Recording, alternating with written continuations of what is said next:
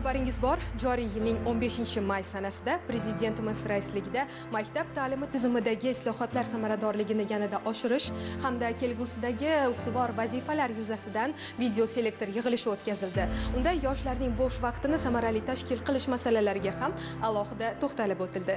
Bugungi ko'rsatuvimiz aynan mana shu mavzularga qaratiladi.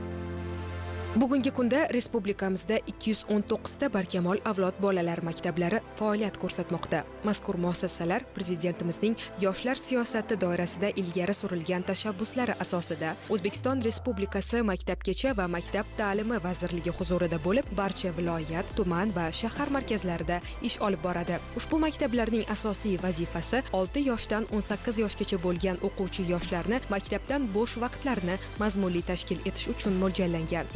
Qizlarni 7 yo'nalish, 79 nomdagi to'garaklarga jalb qilgan holda mustaqil, kreativ fikrlovchi, o'zining qat'iy pozitsiyasiga ega bo'lgan, kasb-hunarning boshlang'ich sirlarini egallagan, mehnat bozorida o'z o'rnini topishlariga ko'maklashdan iboratdir. Bugungi kunda Toshkent shahrida bir nechta barkamol avlod bolalar maktablari bor va u yerda faoliyat yuritayotgan ustoz pedagoglar orasida Valijon aka Shamsiyev ham borlar. Qariyb 4 yildan beri Yashnobod tuman barkamol avlod bolalar maktabini rahbari sifatida faoliyat olib boryapman. 7 ta yo'nalishda bolalarga xizmat qiladi. 60 ga yaqin to'garagimiz bor. Faoliyat boshlashga kelgan paytimda 500-600 ta bola bo'ladigan bo'lsa, hozirgi kunda 1,5 mingdan oshiq, ba'zida bir 2 mingta ham bo'lib ketgan paytlari bo'ldi. Bolalarni bo'sh paytini bo'sh qoldirmasligimiz kerak. Bu e'tibor bermaslik, tashqaridan bizga kerak bo'lmagan ommaviy madaniyatga oshno bo'lib qoladigan bo'lsa, ular o'z yo'llarini yo'qotish mumkin. Aynan barkamol avlod bolalar maktablari ta'limga bo'lgan o'ziga yarasha bir ichki madaniyatni shakllantirish uchun, ularni bolalarni o'zini qiziqishiga yanada bir chuqurroq kirib borish, bir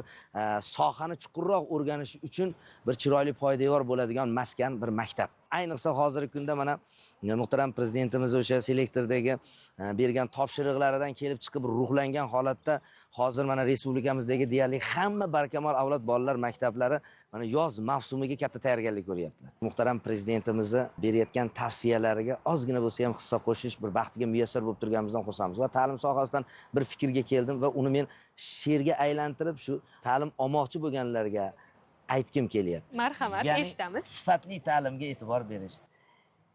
Kimki bera olsa sifatli ta'lim, udir haqiqiy ustoz muallim. Kimdir urg'u bersa magar ta'limga, yurtin to'ldirar ekan minglab olimga. Olimlari ko'p yurt topgaydir rivoj. Ta'lim ol, topsang bir iloj. Ming iloj bo'lganda olmasang ta'lim, bilki o'z umringga o'zingsan zolim.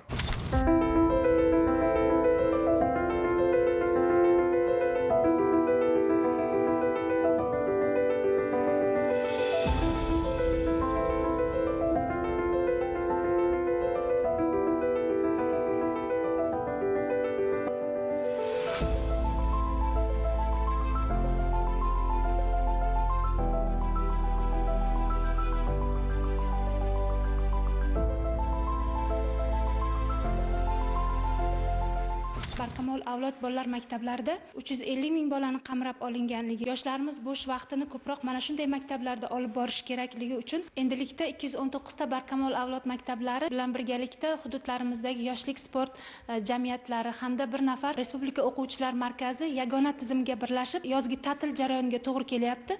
Respublika barkamol avlod bolalar maktabi tomonidan alohida dolzarb 90 kunlik yoz 2025 konsepsiyasini ishlab chiqib, har bir tumandagi barkamol avlod bolalar maktablarida haftalik to'garaklar olib borilishi va ochiq yarmarkalarni tashkil etish bilan birgalikda ota-onalar maslahat kengashxonalarini tashkil etish, shu bilan birgalikda 12 mingga yaqin pedagoglarimiz o'zini faoliyatini olib boradi. Yoz mavsumida to'garak rahbarlari uchun Respublika barkamol avlod bolalar maktabi tomonidan amaliy uslubiy yordam berish bilan birgalikda bir qancha yangi tashabbuslar ishlab chiqildi. Respublika barkamol avlod bolalar maktabi tomonidan mana joriy yilda ilk marotaba yozgi oromgoh tashkil qilindi. Eng quvonarlisi shundan iboratki, hech qanday to'lovlarsiz tashkil etilmoqda. Barkamol avlod bolalar maktablarida madaniyat va san'at, texnika, konstruktorlik hamda modellashtirish, jismoniy tarbiya va sport, hunarmandchilik, qo'l mehnati kabi yana bir nechta yo'nalishlarda yoshlarga bilim berib kelinadi. Quvonarlisi, ularning o'quvchilari xalqaro va mahalliy tanlovlarda ham peshqadam. Sarhisob qilib aytadigan bo'lsak, joriy yilning birinchi yarim yilligida Barkamol avlod bolalar maktablari 103 dan ortiq davlatlarda xalqaro tanlovlarda ishtirok etib, shundan 485 nafar o'quvchimizning 89% nufuzli o'rinlarni egallab kelishdi. Ya'ni bularning orasida Grand Prix sovrindorlari, birinchi o'rinni egallagan o'quvchilarimiz, oltin medal, bronza medal, kumush medal sovrindorlarimiz mavjud. Har bitta o'quvchi yoshlar o'z iste'dodi va qiziqishini inobatga olgan holda to'garaklarga qatnashadi. Kimdir sportning badiiy gimnastika yoki shaxmat-shashka turi bilan shug'ullansa, yana kimdir tikuvchilik yoxud to'quvchilikni tanlagan. Yuqori sinf o'quvchi qizlari uchun hamshiralik kurslari ham tashkillashtirilgan. Musiqa va go'zallikka oshno opa-singillarimiz esa raqqosalik mashg'ulotiga borishadi. Ularning ayrimlari bilan suhbatlashdik. Men 7 yoshimdan raqsga qatnashaman. Qomatimni tiklash uchun va har xil raqs turlarini o'rganish uchun kelaman. Xalqaro ko'rik tanlovlarga qatnashganman. Qozog'istonda Grand Prix sohibasi bo'ldim. Biz ustozimiz tomonidan hindcha, buxorocha, xorazmcha milliy raqslarni o'rganib kelmoqdamiz. Mening eng yaxshi ko'rgan raqsim bu milliycha. Hozir men sizlarga shuni o'ynab beraman.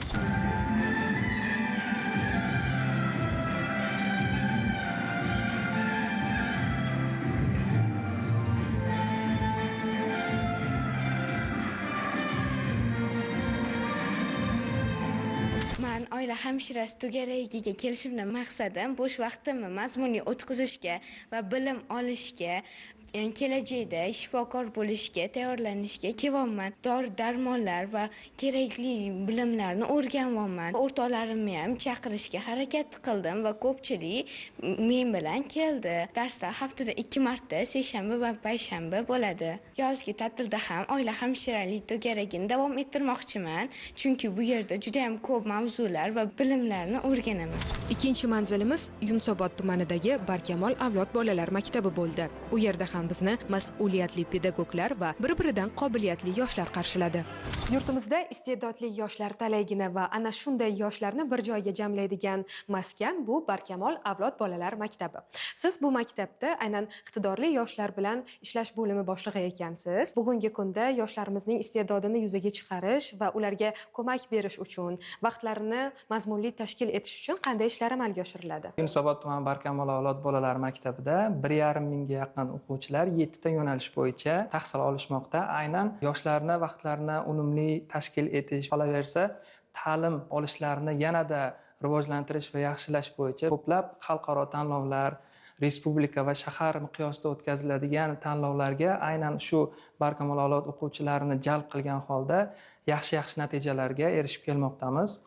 Qolaversa, mana yaqinda o'tkazilgan Ipak yulduzlari xalqaro tanlovda bizning Umarjon o'quvchimiz birinchi o'rinni egalladilar. Bu yerda Xitoy, qolaversa o'sha O'rta Osiyodagi barcha ko'plab davlatlardan to'garak a'zolari qatnashgan. Gimnastika, ashiq harakati, jet kundo sport turlari bo'yicha ham ko'plab xalqaro tanlovlarda hozirgi kunda yaxshi natijalarni egallab kelishmoqda.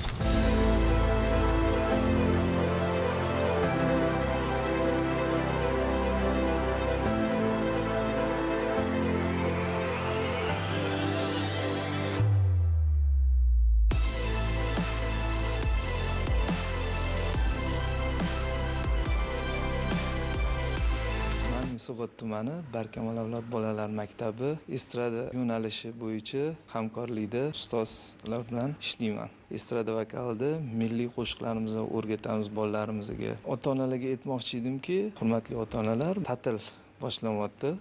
Maktabdan bo'sh paytda bolalar o'rgansa, har bir Barkamol avlod bolalar maktabida biz san'atkorlar ham o'zimizning hissalarimizni qo'shib, hamkorlikda yordam berib, bolalarimizga maslahatlar berib, faqat san'at sohasida emas, qolaversa barcha taniqli rassomlar bor, mana bu yerda shaxmat to'garaklar bor. Yaxshi bilimlar olib, kelajakda buyuk insonlar kelib chiqishi xohlaydi.